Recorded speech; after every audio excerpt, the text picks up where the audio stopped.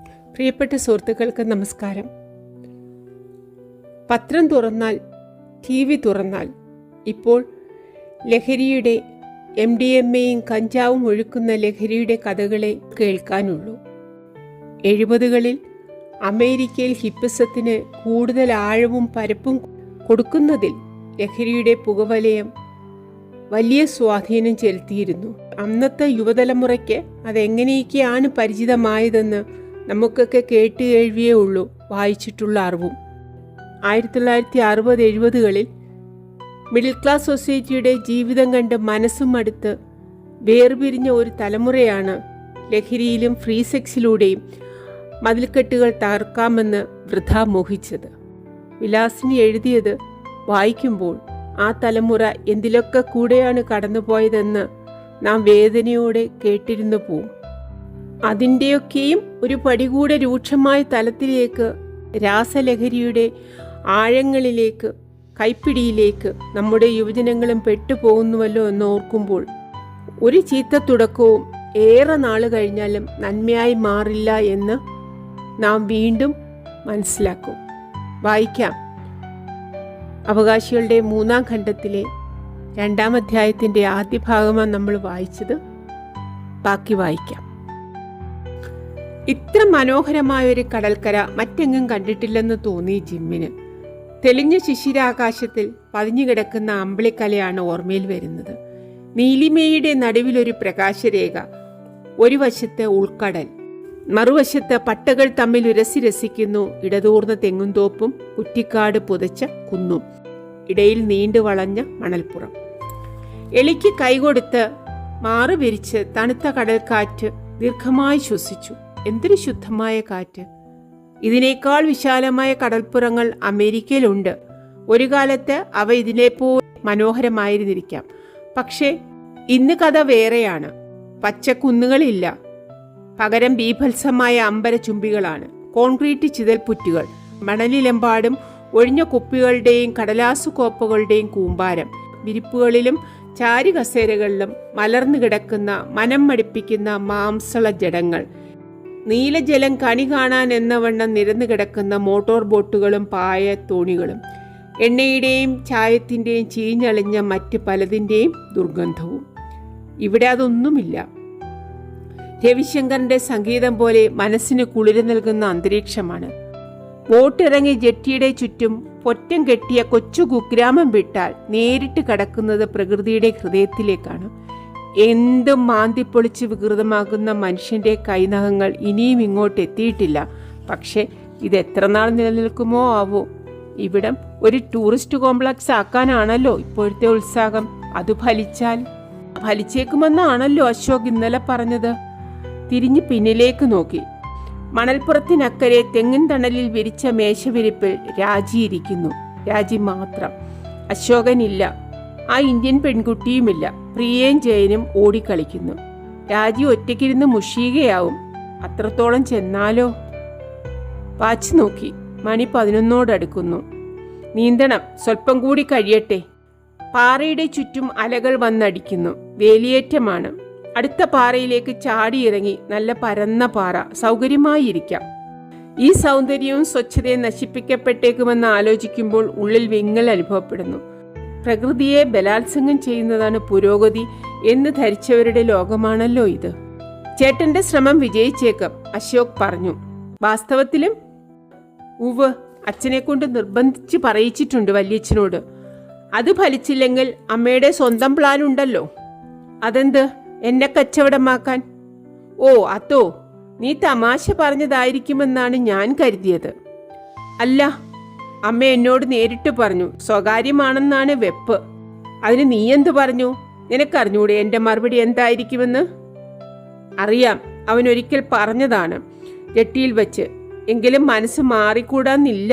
രാജി സുന്ദരിയാണ്, സമ്പന്നയാണ്, എല്ലാം കൊണ്ടും അഭികാമ്യയാണ്. ചൂന്നു നോക്കാൻ ഒരു കൂരമ്പ് തൊടുത്തു. എനിക്ക് ഊഹിക്കാൻ കഴിയും. പക്ഷേ നിന്റെ അഭിപ്രായം മാറാമല്ലോ. പ്രത്യേകിച്ചും രാജി ഏത് നിലയ്ക്കും അഭിലഷിക്കത്തക്കവളല്ലേ. ചെറുത്ത് നിൽക്കാൻ പ്രയാസമാവും. പല്ലുകൾ ഇറുക്കിപ്പിടിച്ച് ചീറുന്ന പോലെയാണ് അവൻ പറഞ്ഞത്. അതുകൊണ്ടെന്ത്? അവളെ ഭോഗിക്കാൻ എനിക്കൊരു വിരോധവുമില്ല. പക്ഷെ വിവാഹം, നോക്ക് ജിം, നിനക്ക് ഭ്രാന്ത് പിടിച്ചോ? ഞെട്ടിപ്പോയി. അവളെ ഭോഗിക്കാൻ. അശോക് പറഞ്ഞത് തീരെ അശ്ലീലമായി പോയെന്ന് തോന്നി. രാജിയെ ഭോഗിക്കുക. ഇംഗ്ലീഷ് ഭാഷയിലെ ഏറ്റവും ഗ്രാമ്യമായ ചതുരക്ഷരിയാണ് അവൻ ഉപയോഗിച്ചത്. ഛേ, ഹീനം. വാസ്തവത്തിൽ അങ്ങനെ തോന്നാൻ പാടില്ലാത്തതാണ്. ലോഭമില്ലാതെ ഉപയോഗിച്ച് ശീലിച്ച പദമാണ്. ഉപയോഗിച്ച് മാന്യത പോലും നേടിയിട്ടുണ്ട് ആ വാക്ക്. സ്ത്രീ പുരുഷന്മാർ തമ്മിലുള്ള ശാരീരിക ബന്ധത്തെ വിശേഷിപ്പിക്കാൻ മറ്റ് പദങ്ങളെല്ലാം അപര്യാപ്തമാണ്, അയുക്തമാണ് എന്ന് വീറോടെ തർക്കിച്ചിട്ടുണ്ട്. ആ സ്ഥിതിക്ക് അശോക് അത് ഉപയോഗിച്ച് കേട്ടപ്പോൾ ഞെട്ടാൻ പാടില്ലാത്തതാണ്. എങ്കിലും നിസ്സാരമട്ടിൽ അശോകൻ അങ്ങനെ പറഞ്ഞപ്പോൾ വല്ലായ്മ തോന്നി. രാജിയുമായി ബന്ധിപ്പിക്കാനേ പാടില്ലായിരുന്നു. മറ്റു ആരെക്കുറിച്ചായിരുന്നെങ്കിലും ഒന്നും തോന്നുമായിരുന്നില്ല. പക്ഷെ രാജിയെക്കുറിച്ച് ക്ഷന്തവ്യമല്ലേയല്ല. പുറത്ത് കാണിച്ചില്ലെങ്കിലും അശോകനോട് വെറുപ്പ് തോന്നി. കാരണം എന്താണ് രാജിക്കൊരു പ്രത്യേകത? അവൾ സുന്ദരിയാണ്, സൽസ്വഭാവിയാണ്, പരിശുദ്ധിയുള്ളവളാണ്. അതൊക്കെ ശരി. എന്നാലും ഒരു സ്ത്രീ മാത്രമല്ലേ? 100,000 സ്ത്രീകളിലൊരുവൾ. ഇന്നല്ലെങ്കിൽ നാളെ അവളും ഭോഗിക്കപ്പെടും, അവളും ഭോഗിക്കും. അതിനിത്ര പ്രാധാന്യം കൽപ്പിക്കാൻ എന്തിരിക്കുന്നു? ഇന്നേ വരെ കൽപ്പിച്ചിട്ടില്ലല്ലോ.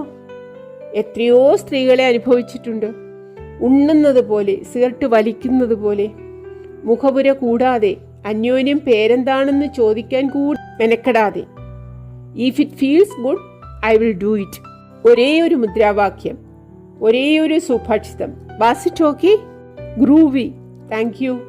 അവൾ എഴുന്നേറ്റ് പെറ്റിക്കോട്ട് തട്ടിക്കുടയുന്നു. ജിപ്സികളുടേത് പോലെ ഞെരിയാണി വരെ മൂടുന്ന പാവാട. Bye bye. ഞാൻ ജിം ഹോപ്പ്മാനാണ്. നീ? സ്ത്രീ. അവൾ ചിരിച്ചു. നിന്റെ ഭാര്യ, നിന്റെ അമ്മ, നിന്റെ മകൾ, എല്ലാം ചേർന്ന സ്ത്രീ. അവൾ പൊട്ടിച്ചിരിച്ചുകൊണ്ട് നൃത്തം ചെയ്ത് അകന്നകന്നു പോകുന്നു. അമ്മയും മകളും ഭാര്യയുമായ സ്ത്രീ. പാർക്കിന്റെ പടി കടന്ന് പാർക്കിൽ ഗോൾഡൻ ഗേറ്റ് പാർക്ക്. ജനുവരി 14, 1967. Gathering of the tribes. മേഘങ്ങളില്ലാത്ത തെളിഞ്ഞ ആകാശം, സായാഹ്നത്തിലെ ഊഷ്മളമായ സുഖകരമായ അന്തരീക്ഷം. ശിശിരത്തിന്റെ ഒത്ത നടുക്കും പാർക്ക് പച്ച ചാർത്തി നിൽക്കുന്നു. നിത്യഹരിതമായ മലയേഷ്യൻ വനങ്ങളെപ്പോലെ. ദൈവം പുഞ്ചിരി തൂകുകയാണ്. ഓറിക്കിളിന്റെ പ്രതി ചുരുട്ടി കീശയിൽ തിരുകി ആൾക്കൂട്ടത്തിലേക്ക് നടക്കുന്നു. കഞ്ചാവ് സിഗരറ്റും പോച്ചുകൊണ്ട്. ഉല്ലാസം, ഉത്സാഹം, പ്രതീക്ഷ. ചരിത്രപ്രധാനമായ ദിവസമാണ്. The world's first human being. നാളത്തെ സമൂഹത്തിന്റെ ജനനദിനം. ഇന്നത്തെ ദുഷിച്ച സമൂഹത്തിന്റെ ചരമദിനം. യന്ത്രങ്ങൾ തുലയട്ടെ. മനുഷ്യനെ യന്ത്രമാക്കുന്ന ഫാക്ടറികൾ തുലയട്ടെ. യുദ്ധങ്ങൾ, ആയുധങ്ങൾ, അണുകുണ്ടുകൾ എല്ലാം തുലയട്ടെ. ദുര തുലയട്ടെ. വർഗവിവേചനം തുലയട്ടെ. ഭൗതിക ലാഭത്തിനു വേണ്ടിയുള്ള എലിപ്പന്തയം തുലയട്ടെ. സ്നേഹിക്കുക, സ്നേഹിക്കുക, സ്നേഹിക്കുക. സ്നേഹത്തിൽ ലോകത്തെ മുഴുക്കുക, ആനന്ദിക്കുക. ഉത്സവപ്പറമ്പിലേക്ക് എന്ന പോലെ പാർക്കിലെ പോളോ ഫീൽഡിലേക്ക് യുവജനം തള്ളി വീഴുന്നു. പാർക്കിന്റെ പ്രാന്തങ്ങളിൽ വാഹനങ്ങൾ പരക്കുന്നു. പഴയ സ്കൂൾ ബസ്സുകൾ, ലോറികൾ, വാനുകൾ, മണ്ടക്കാറുകൾ. വൈൽഡ് വെസ്റ്റ് സിനിമകളിൽ മാത്രം കാണുന്ന പഴഞ്ചൻ കുതിരവണ്ടികളും മഴവില്ലിന്റെ നിറങ്ങൾ പൂശിയ രഥങ്ങൾ. കൂറ്റൻ നക്ഷത്രങ്ങളെ മുദ്രാവാക്യങ്ങൾ. Make love, not war. All people all one, fuck hate.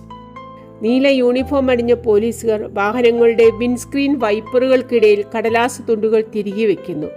പുൽത്തകിടിൽ park ചെയ്യുന്നതിന് പിഴയിടുന്ന ടിക്കറ്റുകൾ.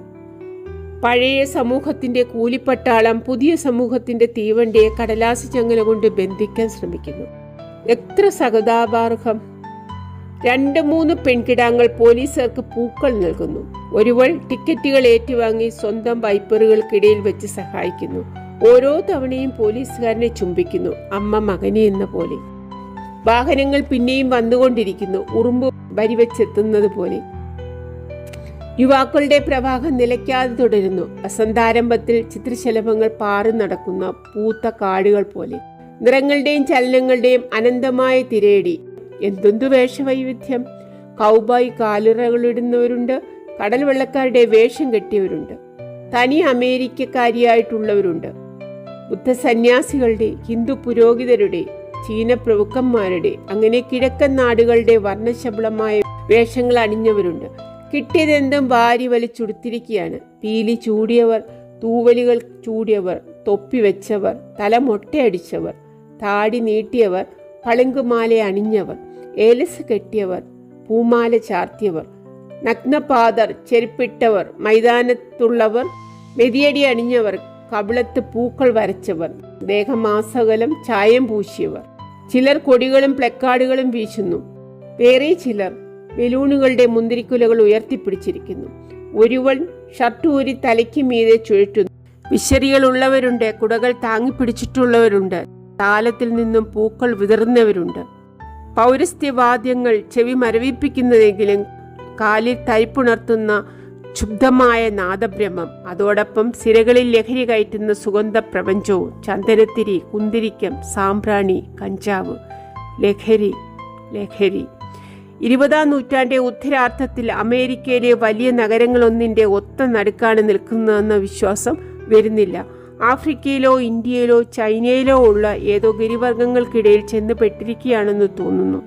പ്രകൃതിയുടെ മടിത്തട്ടിൽ നിന്ന് എഴുന്നേറ്റ് പോന്നിട്ടില്ലാത്ത, മുഖംമൂടി ധരിച്ചു തുടങ്ങിയിട്ടില്ലാത്ത യഥാർത്ഥ മനുഷ്യരുടെ നടുവിൽ യാന്ത്രിക സംസ്കാരം നൊന്തുപറ്റ അമേരിക്കൻ ഇടത്തരക്കാരുടെ ഓമന സ്വപ്നം തകർന്ന് തരിപ്പണമായിരിക്കുന്നു.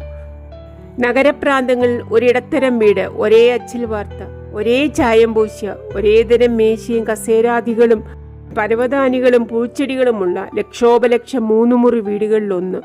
തവണകൾ ഇനിയും അടച്ചു തീർക്കാനുള്ളത്. ഉമ്മറത്ത് 2 കാറ്, ഫ്രിഡ്ജ്, കളർ TV, കൃത്രിമ മാർബിൾ പതിച്ച സ്വിമ്മിംഗ് പൂൾ. പണമുണ്ടാക്കാൻ അധ്വാനിക്കുക, മാന്യതയ്ക്ക് പള്ളിയിൽ പോവുക, ഒപ്പത്തിനൊപ്പമാവാൻ ആണ്ടിലൊരിക്കൽ ഹവായിലെ കടൽപ്പുറത്തേക്ക് തീർത്ഥയാത്ര നടത്തുക. ആവർത്തന വിരസമായ ക്ഷുദ്രമായ ഭൗതിക ജീവിതം. മാന്യതയുടെ പകിട്ട് വേഷം ധരിച്ച നിഷാദത്വം ഇതോടെ മുട്ടുകുത്തിയിരിക്കുന്നു. യഥാർത്ഥമായ സ്നേഹം, മനുഷ്യസ്നേഹം ഇതാ പൂവിട്ടു തുടങ്ങിയിരിക്കുന്നു. ആലോചിക്കുമ്പോൾ പുതിയൊരു ഉന്മേഷം. കീശയിൽ നിന്നൊരു കഞ്ചാവ് സിഗരറ്റ് എടുത്ത് കൊളുത്തി വലിച്ച് ആൾക്കൂട്ടത്തിൽ അലിഞ്ഞു ചേരുന്നു. പ്രവാഹത്തിൽ ഒഴുകി നടക്കുന്നു. ഇടയ്ക്കൊരു പെണ്ണിന്റെ മേത്ത് ചെന്ന് മുട്ടുന്നു. അവൾ തിരിഞ്ഞു നോക്കി പുഞ്ചിരി തൂകുന്നു. നിമിഷം കൊണ്ട് തലമുടിയിൽ ഒരു പൂമാല ചൂടിക്കുന്നു. നെറ്റിയിൽ ചായം കൊണ്ട് എന്തോ വരയ്ക്കുന്നു. അവളുടെ കയ്യിലൊന്ന് ചുംബിച്ച് അവൾക്കൊരു സിഗരറ്റ് സമ്മാനിക്കുന്നു. അവൾ കെട്ടി അണച്ചു പിടിച്ച് ചുണ്ടത്തുമ്മ വയ്ക്കുന്നു. തലയോട് പിളർക്കുന്ന ചീറൽ. ഒരു കൂട്ടം മോട്ടോർ സൈക്കിളുകൾ തിരക്കിനിടയിലൂടെ പാഞ്ഞു പോന്നു, ഇലക്ട്രിക് ഡ്രില്ല് പോലെ. ഹെയിൽസ് ഏഞ്ചൽസ്, തോൽക്കുപ്പായം ധരിച്ച സൈക്കിൾ ചങ്ങല വീശുന്ന കൊച്ചു ചെകുത്താന്മാർ, നഗരത്തിലെ അധോലോകത്തിന്റെ സ്വന്തം കാവൽഭടന്മാർ. ചെവിയുടെ തരിപ്പ് തീർന്നപ്പോഴേക്കും പുതിയൊരു ശബ്ദം, കാഹളം പോലെ 1000 കുന്തമുനകൾ കൊണ്ട് ആകാശത്തെ കീറിയിരുന്ന ശബ്ദകോലാഹലം സ്വിച്ച് ഓഫ് ചെയ്തതുപോലെ നിലയ്ക്കുന്നു. ശ്രദ്ധ പുതിയ ഒച്ചയിലേക്ക് തിരിയുന്നു. പോളോ ഫീൽഡിന്റെ ഒരറ്റത്ത് കെട്ടിയുയർത്തിയ മണ്ഡപത്തിൽ കയറി നിന്ന് ആരോ വെളുത്ത ഒരു സാധനം ഊതുകയാണ്.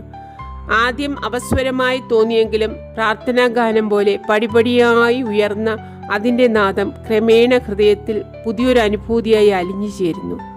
അടുത്തു നിന്നവരാരോ പറയുന്നു, അതൊരു കടൽ ശംഖാണ്. തിരക്കിലൂടെ നുഴഞ്ഞു മുൻപിൽ തന്നെ ചെന്ന് നിൽക്കുന്നു. സുഗന്ധദ്രവ്യങ്ങളുടെ പുകമുറ്റി നിൽക്കുന്ന മണ്ഡപത്തിൽ പുതിയ തലമുറയുടെ മാർഗദർശികൾ ഇരിക്കുന്നു. അടുത്തു നിൽക്കുന്ന പെൺകിടാവ് പറഞ്ഞു തന്നു.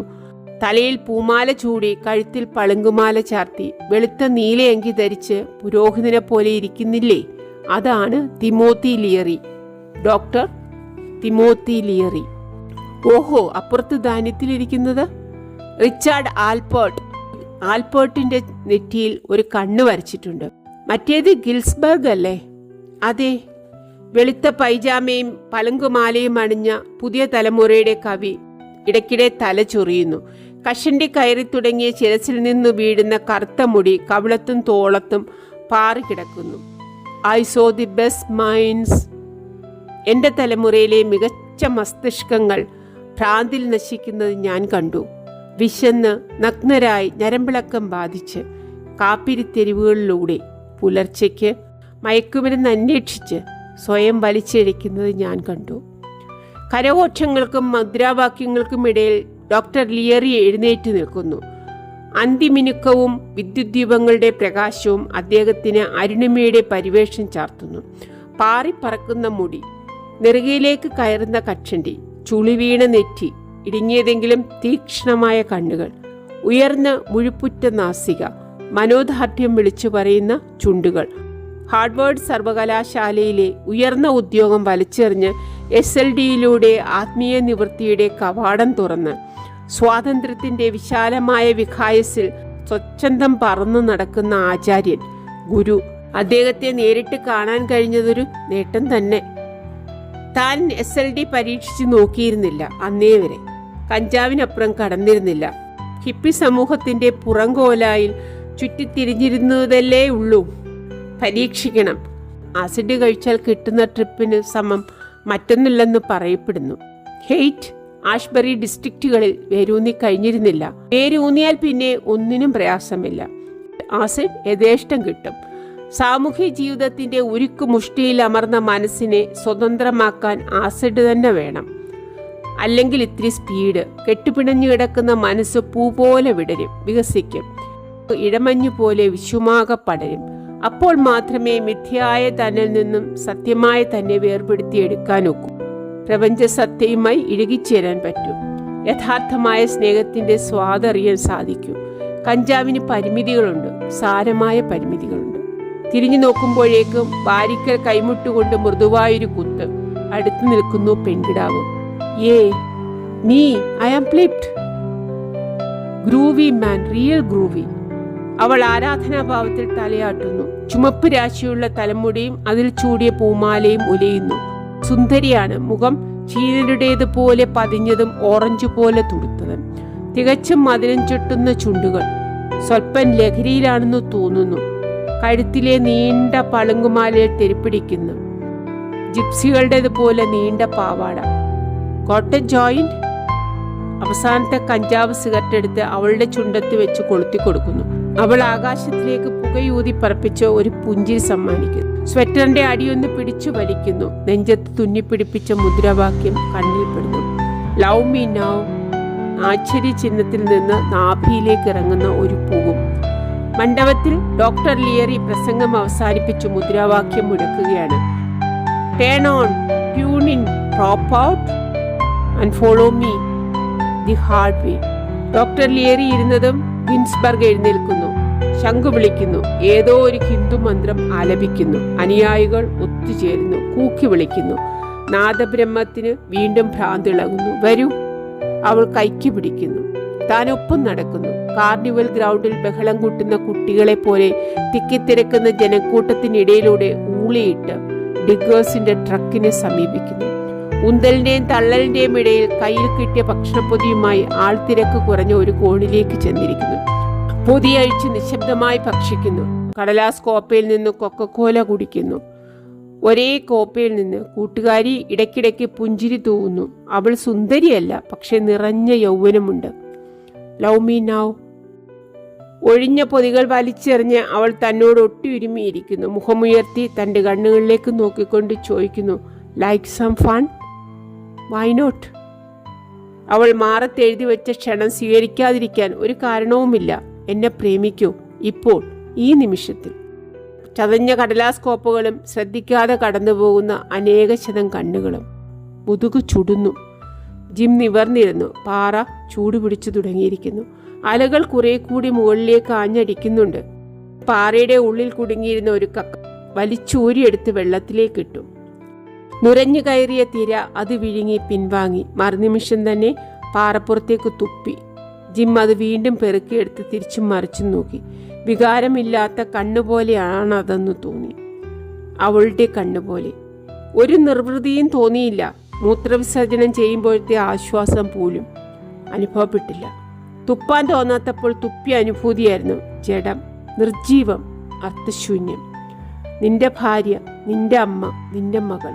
അവൾ മൂട്ടിലെ പൊടിതട്ടി എഴുന്നേറ്റ് പോയപ്പോൾ ആകപ്പാടെ ഒരു ഉൾഭ്യതയാണ് തോന്നിയത്. നന്നെന്ന് തോന്നുമ്പോൾ ഞാനത് ചെയ്യും. നന്നെന്ന് തോന്നി ചെയ്തു. ചെയ്തു കഴിഞ്ഞപ്പോൾ തോന്നിയത് നന്നല്ലെന്നാണ്. ഇന്നലെ വരെ അങ്ങനെയല്ലായിരുന്നു. ഇന്നെന്ത് പറ്റി? എഴുന്നേറ്റ് കാലുറയുടെ ബട്ടണിട്ട് ബെൽറ്റ് മുറുക്കി നടക്കുന്നു. ചതഞ്ഞ കോപ്പകളിലൊന്നിനെ ദൂരെ തട്ടി നീക്കിക്കൊണ്ട്. വീണ്ടും ആൾക്കൂട്ടത്തിൽ ചേരാൻ തോന്നുന്നില്ല. കാഴ്ചബംഗ്ലാവ് ചുറ്റിത്തിരിഞ്ഞ് പ്രിസീഡിയോ ഡ്രൈവിലൂടെ നടക്കുന്നു, വിശേഷിച്ചൊരു ലക്ഷ്യവുമില്ലാതെ. അകലെ മൂക്കിന് നേരെ കാണാം ഗോൾഡൻ ഗേറ്റ് പാലത്തെ പത്മരാഗം പതിച്ച കിരീടം ചൂടിക്കുന്ന കനകപ്രഭാവലയം. കാർക്കിച്ച് തുപ്പുന്നത് പോലെ നിർവികാരമായ ഒരു ശാരീരിക പ്രക്രിയ മാത്രമാണോ സ്ത്രീ പുരുഷ സംയോഗം? ഇത്ര നിസ്സാരവും നിരർത്ഥകവുമാണോ? സംശയം തോന്നുന്നു. ഹെയ്റ്റ് ആഷ്ബറി ഡിസ്ട്രിക്റ്റിലെ ഏതോ ഒരു ബേസ്മെന്റിൽ പേരറിയാത്ത ഏതോ ഒരുവളിൽ നിന്ന് ആരംഭിച്ചത് വിശാലമായ ഗോൾഡൻ ഗേറ്റ് പാർക്കിലെ തുറന്ന പുൽത്തകടിയിൽ വെച്ച് പേര് പറയാൻ മെനക്കെടാത്ത ഏതോ ഒരുവളിൽ നിന്ന് കുടികുത്തിയിരിക്കുന്നു. ഇടയിൽ നൈമിഷിക ശാരീരിക ബന്ധങ്ങളുടെ നീണ്ട ഘോഷയാത്ര, സ്നേഹം എന്ന സങ്കുചിത പദത്തിന്റെ ശ്മശാനയാത്ര, പ്രേമം എന്ന വിശാല സങ്കല്പത്തിന്റെ ജൈത്രയാത്ര. വ്യക്തികൾ തമ്മിലുള്ള ഇടുങ്ങിയ സ്നേഹം ആത്മാവിനെ സ്വാർത്ഥതയുടെ തടവിലിടുന്നു, സ്വാതന്ത്ര്യം കവർന്നെടുക്കുന്നു, മനുഷ്യനെ അടിമയാക്കുന്നു. അരുത്, സ്വാതന്ത്ര്യമാണ് മുഖ്യം. അതിർത്തികളില്ലാത്ത, പരമ്പുകളില്ലാത്ത വിശ്വപ്രേമത്തിലേക്ക്. അതൊന്നു മാത്രമാണ് നേർവഴി. വ്യക്തിസ്നേഹത്തിന്റെ കൈവിലങ്ങില്ലാത്ത രീതി വിശ്വവ്യാപകമായ മനുഷ്യസ്നേഹത്തിലേക്ക് നയിക്കുന്നു. അതിർത്തികളില്ലാത്ത, വരമ്പുകളില്ലാത്ത വിശ്വപ്രേമത്തിലേക്ക്. അതൊന്നു മാത്രമാണ് നേർവഴി എന്നൊക്കെ കരുതി. പക്ഷേ സംശയം, സംശയം തോന്നുന്നു. പേരറിയാത്ത പെൺകിടാവേ, അമ്മേ, ഭാര്യ, മകളെ, നിനക്ക് നന്ദി. നീ എൻ്റെ കണ്ണു തുറപ്പിച്ചിരിക്കുന്നു. സ്നേഹമില്ലാത്ത രതി ചൊറിച്ചിലില്ലാതെ ചൊറിയുന്നത് പോലെയാണെന്ന് നീ എന്നെ പഠിപ്പിച്ചിരിക്കുന്നു. തിരിഞ്ഞ് ഗോൾഡൻ ഗേറ്റ് പാലത്തെ ലക്ഷ്യം വെച്ച് നടക്കുമ്പോൾ ശരീരം ശൂന്യമായതുപോലെ തോന്നുന്നു. ഞരമ്പുകളിൽ നിന്ന് ചോര എത്രയും വാർന്നു പോയതുപോലെ. പക്ഷേ മനസ്സിൽ പുതിയൊരു ഉന്മേഷം മുളപൊട്ടുന്നുണ്ട്. മനുഷ്യബന്ധങ്ങളിൽ ഏറ്റവും ഗാഢമായത് ലൈംഗിക ബന്ധമാണ്. അതിത്ര ശൂന്യമാകാൻ ഇടയില്ല. അയഥാർത്ഥ ബന്ധങ്ങളിൽ മുഴുകിയതാണ് ശൂന്യതാബോധം ഉൽപ്പാദിപ്പിച്ചത്. മനുഷ്യനോട് പൂർണ്ണമായി സത്യാത്മകമായ ബന്ധം സ്ഥാപിക്കാൻ നടത്തുന്ന യത്നമാണ് ആവണം സ്ത്രീ പുരുഷ സ്നേഹം. വ്യക്തികളുടെ സമ്പൂർണ്ണ വിലയത്തിലേ അത് സഫലമാകുന്നുള്ളൂ. ആത്മീയമായി അലിഞ്ഞു തീരാത്ത ശരീരങ്ങൾ എങ്ങനെ ഒരു താളത്തിൽ സ്പന്ദിക്കും? അതെ, സംശയമില്ലാതെ. രതിയെ സ്നേഹത്തിൽ നിന്ന് വ്യത്യസ്തമായി കാണുന്നത് ശരീരത്തെ, ആത്മാവിനെ ഇഴപിരിക്കലല്ലേ? മനുഷ്യനെ രണ്ടായി വെട്ടിപ്പിളർക്കലല്ലേ? അതെ, സംശയമില്ലാതെ. സ്നേഹത്തിന്റെ ആഴം പഠിപ്പിച്ചത് മെരിലിനാണ്. അവളെ കണ്ടെത്തിയ ശേഷം മറ്റൊരു വഴിക്ക് കൈ നീട്ടിയില്ല. എല്ലാ സ്വർഗവും അവളെ കണ്ടെത്തി. പക്ഷെ അവൾ ശരീരത്തെ അവഗണിച്ച് ആത്മാവിന്റെ വഴിക്ക് പോയി. ശാരീരിക ബന്ധം നിസ്സാരമാണ് ജിമ്മിന് ഇനിയും മനസ്സിലായിട്ടില്ല. ശരീരം മിഥ്യയാണ്, ആത്മാവാണ് സത്യം. ശരീരം നിലനിൽക്കണമെങ്കിൽ ആത്മാവ് വേണം, മറിച്ചല്ല. ആത്മാവ് പരിശുദ്ധ ചൈതന്യമാണ്. പ്രേമമെന്ന് പറഞ്ഞാൽ ആത്മാവും തമ്മിലുള്ള ഇണക്കമാണ്. ശരീരം കൊണ്ട് നാം ഒട്ടേറെ സ്നേഹിച്ചു കഴിഞ്ഞു. എന്നിട്ട് എന്ത് കിട്ടി? കുറേ സംശയങ്ങൾ. രക്ഷയില്ലല്ലോ എന്ന മട്ടിൽ തലകുനിക്കുന്നു. പിന്നോക്കം തിരിഞ്ഞു നോക്കി. രാജി തെങ്ങിന്റെ തണലിലില്ല. തോപ്പിൽ ചുറ്റി നടക്കുകയായിരിക്കും. ആത്മാവിന്റെ മാത്രം സ്നേഹം അസാധ്യമാണെങ്കിൽ തനിക്ക് രാജിയോടുള്ള മനോഭാവം എന്താണ്? താൻ അവളെ സ്നേഹിക്കുന്നു, അത് തീർച്ച. പക്ഷെ അവളെ ഒന്ന് തൊടണമെന്ന് തോന്നുന്നില്ല. അകന്നിന്ന് ആരാധിക്കുന്നതേ ധന്യമാണെന്ന് തോന്നുന്നു. അവൾ പരിപാവനതയുടെ അവതാരമാണ്, ഉറഞ്ഞുകൂടിയ പരിശുദ്ധിയാണ്. അവളുടെ സൗന്ദര്യം അനുഭവിക്കാനുള്ളതല്ല, അനുഭവിക്കാൻ കൊതിക്കുന്നത് സ്നേഹത്തെ അവിശുദ്ധമാക്കലാണ്. അവൾ അൾത്താരയിൽ അർച്ചനയ്ക്ക് കത്തിക്കുന്ന മെഴുകുതിരിയാണ്, ഊൺമേശയിൽ വീഞ്ഞുകുപ്പികൾക്കിടയിൽ വെക്കാനുള്ളതല്ല. അവൾ അമ്മയല്ല, ഭാര്യയല്ല, മകളല്ല, എല്ലാമായ സ്ത്രീയാണ്. ഹിന്ദുമതത്തിലെ ദേവീ സങ്കല്പമാണ്. അവളെക്കുറിച്ചാണ് അശോക് പറഞ്ഞത്. എനിക്ക് അവളെ എങ്ങനെ വരുന്നു നാക്കത്ത്? വെള്ളത്തിലേക്കൊരു തുപ്പു തുപ്പി. മനസ്സിൽ ഓർത്തുവെങ്കിലും ഉരുവിടാതിരുന്ന ചതുരക്ഷരിയുടെ ദുസ്വാദ് നാക്കത്ത് നിന്ന് അകറ്റാനെന്ന പോലെ. മണി 11:30 ഇനി വെള്ളത്തിലിറങ്ങി കുറേ നീന്തണം. പാറക്കൂട്ടത്തിൽ നിന്ന് ചാടിയിറങ്ങി. മണൽ ചൂടുപിടിച്ചു തുടങ്ങിയതേയുള്ളൂ. നഗ്നമായ കാലുകൾ വെക്കുമ്പോൾ നല്ല സുഖം. ഇങ്ങോട്ട് നടന്നു വരുന്ന കാൽപ്പാടുകൾ പൊട്ടിയ ചങ്ങലകൾ പോലെ കാണാം. ഇടയ്ക്കിടയ്ക്ക് തിര കയറി മായ്ച്ചിരിക്കുന്നു. വിലങ്ങനെ വീണ് കിടക്കുന്ന പഴയൊരു തെങ്ങിൻ തടി ചാടിക്കടന്ന് മറ്റൊരു പാറക്കൂട്ടത്തിലേക്ക് വലം വെച്ചപ്പോൾ പെട്ടെന്ന് അശോകന്റെ മുൻപിൽ പെട്ടു. സുശീലയുടെ പാറയുടെ മറവിലിരുന്ന് സൊള്ളുകയാണ്. കാലൊച്ച കേട്ടിട്ടാവണം ഇരുവരും ഞെട്ടിയകന്നിരുന്നു. ക്ഷമിക്കണം, ഞാൻ സ്വൈര്യം കെടുത്തിയില്ലല്ലോ. ഇരിക്കടോ മനുഷ്യ. അശോകൻ ഇതിലെന്തിരിക്കുന്നു എന്ന ഭാവത്തിൽ ക്ഷണിച്ചു. ആ കാണുന്നത് എന്താണെന്ന് തർക്കിക്കുകയായിരുന്നു ഞങ്ങൾ. അശോക് വിരൽ ചൂണ്ടിയ വഴിക്ക് കണ്ണയച്ചു ജിം. കടൽക്കരയുടെ വളവിന്റെ അറ്റത്തെ മുനമ്പിൽ നിന്ന് അധികം അകലെ അല്ലാതെ കടലിലേക്ക് നീങ്ങി ഗോപുരം പോലെ ചെറിയൊരു പുര കാണാം. ദ്വീപായി ഉയർന്നു നിൽക്കുന്ന ഒരു പാറയുടെ പുറത്ത് പഴകി ചായം മങ്ങിയതാണ്. ഏതോ ചീന നാവികൻ മറന്നുവെച്ച തൊപ്പിയാണെന്ന് തോന്നും. ലൈറ്റ് ഹൗസ് ആണോ എന്നാണ് എനിക്ക് തോന്നുന്നത്. പക്ഷേ സുശീല പറയുന്നു അല്ലെന്ന്. പിന്നെന്താ, ഇവിടെ ഒരു കടൽ ക്ഷേത്രമുണ്ടെന്ന് കേട്ടിട്ടുണ്ട്. മുക്കുവരുടെ വക പ്രസിദ്ധമാണ്. നല്ല തീർച്ചയില്ലാത്ത മട്ടിലാണ് സുശീല പറഞ്ഞത്. അതാണെന്നാണ് എനിക്ക് തോന്നുന്നത്. ഓഹോ, ജിം ഒരിക്കൽ കൂടി സൂക്ഷിച്ചു നോക്കി. ആവാം, ആയിക്കൂടെന്നില്ല. ബൈനോക്കുലേഴ്സ് ഗുരു കൊണ്ടുപോയല്ലോ, അല്ലെങ്കിൽ തീർച്ചയാക്കാമായിരുന്നു. ഏതോ കിടദേവനാണത്രേ. സുശീല തുറന്നു. ആണ്ടിലൊരിക്കൽ ഈ പ്രദേശങ്ങളിലുള്ള മുക്കുവർ ഒത്തുചേർന്ന് ഉത്സവവും പൂജയുമൊക്കെ കഴിക്കാറുണ്ട്. ശരിയായിരിക്കാം. മുക്കുവരുടെ ഇങ്ങനത്തെ ദേവാലയങ്ങൾ മിക്ക രാജ്യത്തുമുണ്ട്. കരയിൽ നിന്നും അധികം ദൂരെയല്ലെന്ന് തോന്നുന്നു.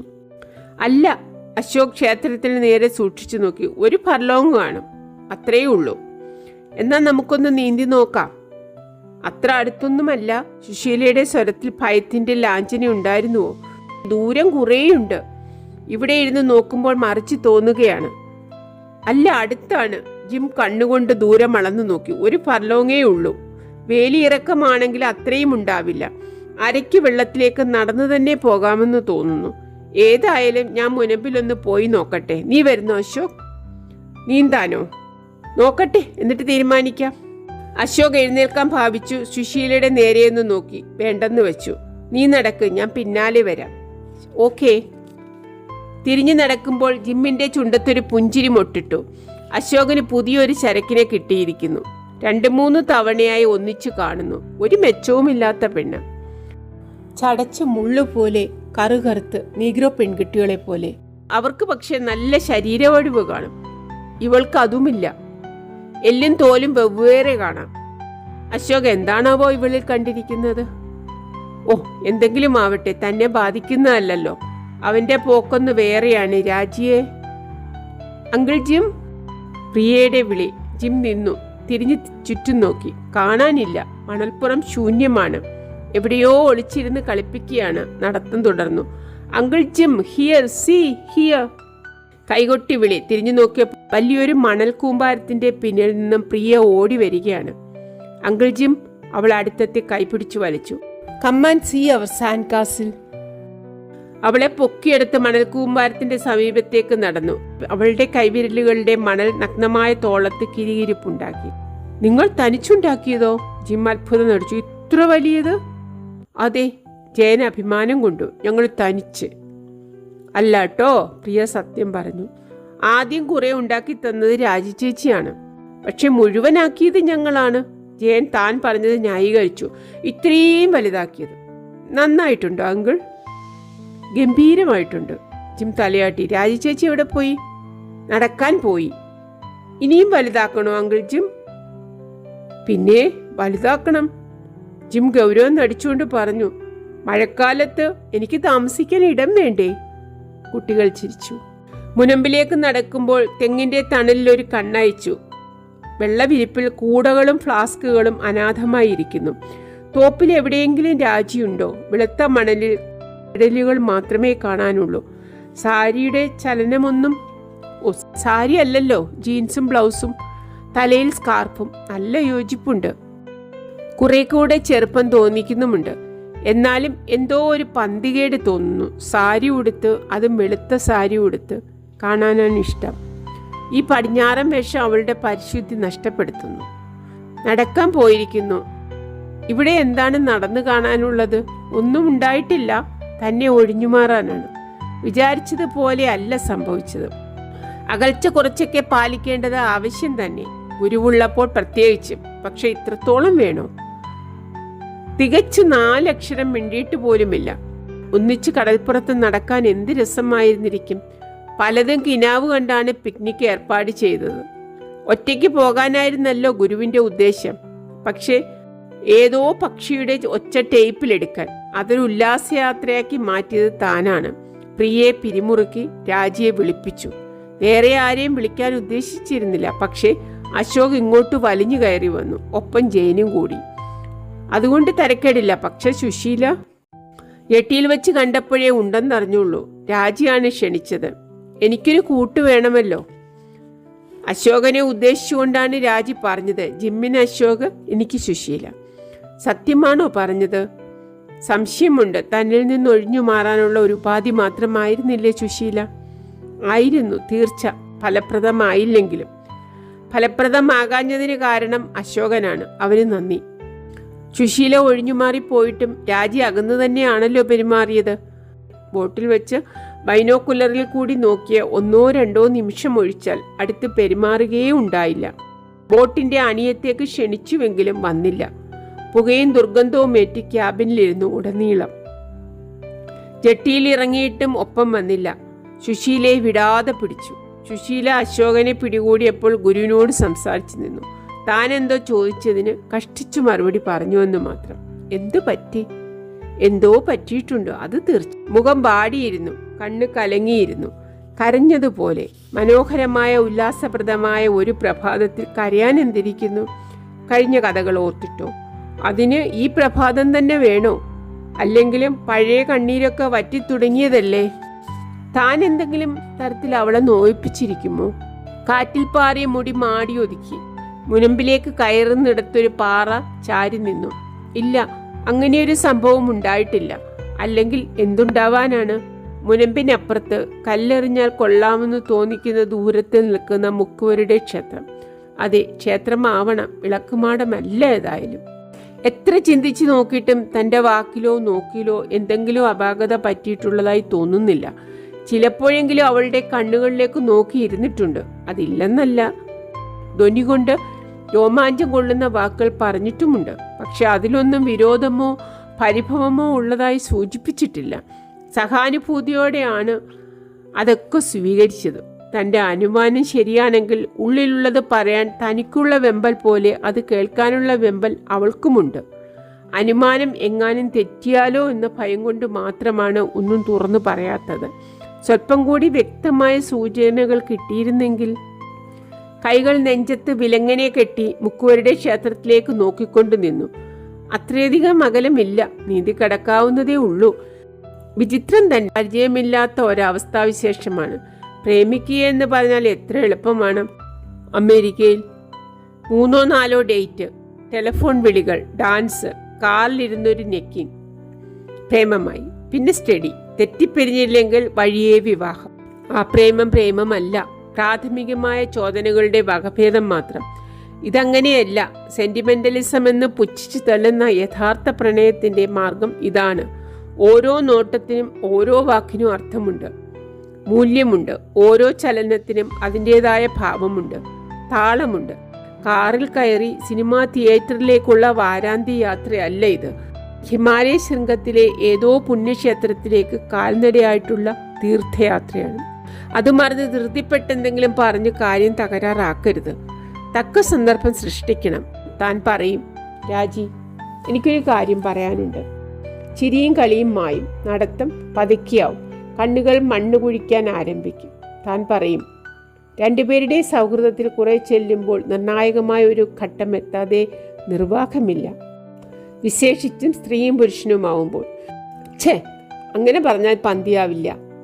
വളച്ചു കെട്ടുന്നത് കൃത്രിമമാണ്, ആത്മാർത്ഥത സ്ഫുരിക്കാത്തതാണ്. അതിൻ്റെ ഒന്നും ആവശ്യമില്ല, ഉദ്ദേശിച്ച ഫലം ചെയ്യുകയുമില്ല. അങ്ങനെയൊന്നുമല്ല വേണ്ടത്. നടക്കുന്നതിനിടയിൽ പെട്ടെന്ന് നാടകീയമായി തിരിഞ്ഞു നിൽക്കുക, കണ്ണുകളിലേക്ക് ഉറ്റുനോക്കുക, തോളത്ത് കൈവെക്കുക, എന്നിട്ട് ഒറ്റ കുതിക്ക് അവളെ മാറോടണച്ച് വൈവശ്യത്തോടെ ചെവിയിൽ മന്ത്രിക്കാം, രാജി, my darling, I love you. അതെ, അതാണ് ശരിയായ രീതി. വേനലിലെ മഴ പോലെ ഉരുണ്ടുകൂടലും പൊട്ടിപ്പെയ്യലും ഒറ്റയടിക്ക് കഴിയണം. ഓർക്കാപ്പുറത്തെത്തുന്ന ചുഴലിക്കാറ്റ് പോലെ ഒറ്റ വാരൽ. അവളും അതായിരിക്കും ഇഷ്ടപ്പെടുക. നടിയാണല്ലോ, നാടകീയത അവളെ സ്പർശിക്കും. പക്ഷെ ഒന്നും നടക്കുന്ന മട്ടില്ല. അവൾ മനഃപൂർവ്വം അകലുകയാണ്. ഈ സന്ദർഭത്തിൽ വിട്ടിത്തത്തിനൊന്നും പുറപ്പെടരുത്. അതാണ് ബുദ്ധി. ജിം നെടുവേർപ്പിട്ട് ചാരി നിന്ന പാറപ്പുറത്തേക്ക് പൊത്തിപ്പിടിച്ചു കയറി. മുനമ്പിൻ്റെ അറ്റത്തേക്കും അവിടെ നിന്ന് വെള്ളത്തിലേക്കും നീണ്ടു കിടക്കുന്നു അത്. കുറേശ്ശെ വഴുക്കുന്നുണ്ട്, സൂക്ഷിച്ചു നടക്കണം. എന്നാലും തീരെ മനസ്സിലാവുന്നില്ല രാജുയുടെ പെട്ടെന്നുള്ള ഈ ഒഴിഞ്ഞുമാറൽ. ഗുരു ഉള്ളത് കൊണ്ടാവുമെന്ന് സമാധാനിച്ചു. അല്പം ഭയമാണെന്ന് തോന്നുന്നു. എന്താണാവോ? ശ്രീധരമേനോന്റെ അടുത്ത കൂട്ടുകാരനായത് കൊണ്ടാവാം. അത് ശരി. പക്ഷെ ഗുരു കുന്നിൻപുറത്തേക്ക് പോയി കഴിഞ്ഞിട്ടും നീന്താൻ വേണ്ടിയാണ് വന്നത്. പക്ഷെ വിളിച്ചപ്പോൾ ഞാനില്ല, സ്വിംസൂട്ട് കൊണ്ടുവന്നില്ല. പെട്ടെന്ന് കടലിൽ കുളിച്ചാൽ അസുഖം എന്തെങ്കിലും പിടിക്കുമോ എന്ന അമ്മയ്ക്ക് ഭയം. എന്നാൽ വരൂ, മണൽപ്പുറത്ത് കുറേ നടക്കാം. വരട്ടെ, കുറെ കഴിയട്ടെ. കൂടെ കളിക്കാൻ പ്രിയ വാശി പിടിക്കുന്നു. കളിക്കാൻ ഞാനും കൂടാം. ജിമ്മിന് ബോറാവും. നീന്താൻ ഇഷ്ടമാണല്ലോ, പോയി നീന്തൂ, മുടക്കണ്ട. താൻ പോണമെന്ന് നിർബന്ധമുള്ളതുപോലെയാണ് പറഞ്ഞത്. ഭാവവ്യത്യാസത്തിന്റെ കാരണം മനസ്സിലാവുന്നില്ല. എന്തു പറ്റി? സ്ത്രീകളുടെ ഭാവവും സ്വഭാവവും പ്രവചിക്കാൻ വയ്യാത്തതാണെന്നറിയാം. എന്നാലും ഇങ്ങനെ മുറുകി വന്നത് പെട്ടെന്ന് അഴയുക, സ്പ്രിംഗ് പൊട്ടിയതുപോലെ, ഉയർന്നുയർന്ന വന്ന സ്വരം കട്ട തെറ്റിയതുപോലെ അവസ്വരമായി തീരുക. ഒരുപക്ഷെ താൻ വിചാരിച്ചതൊക്കെ തെറ്റായിരുന്നിരിക്കുമോ? താൻ ഉണർന്നിരുന്ന് സ്വപ്നം കണ്ടതായിരിക്കുമോ? ശുദ്ധജലമെന്ന് തോന്നിയത് ഭാവന സൃഷ്ടിച്ച മരീചിക മാത്രമായിരിക്കുമോ? ആവോ, ഒന്നും പിടികിട്ടുന്നില്ല. പാറപ്പുറത്ത് നീണ്ടു നിവർന്നു നിന്നു. നനഞ്ഞ കാലുകൾ വഴുക്കാതിരിക്കാൻ ശ്രദ്ധിച്ചുകൊണ്ട് പതുക്കെ മുനമ്പിന്റെ മുതുകിലൂടെ വെള്ളത്തിലേക്ക് ഇറങ്ങി. ക്ഷേത്രം അത്ര അകലെയൊന്നുമല്ല, ഒരു ഫർലോങ് തന്നെ കാണില്ല.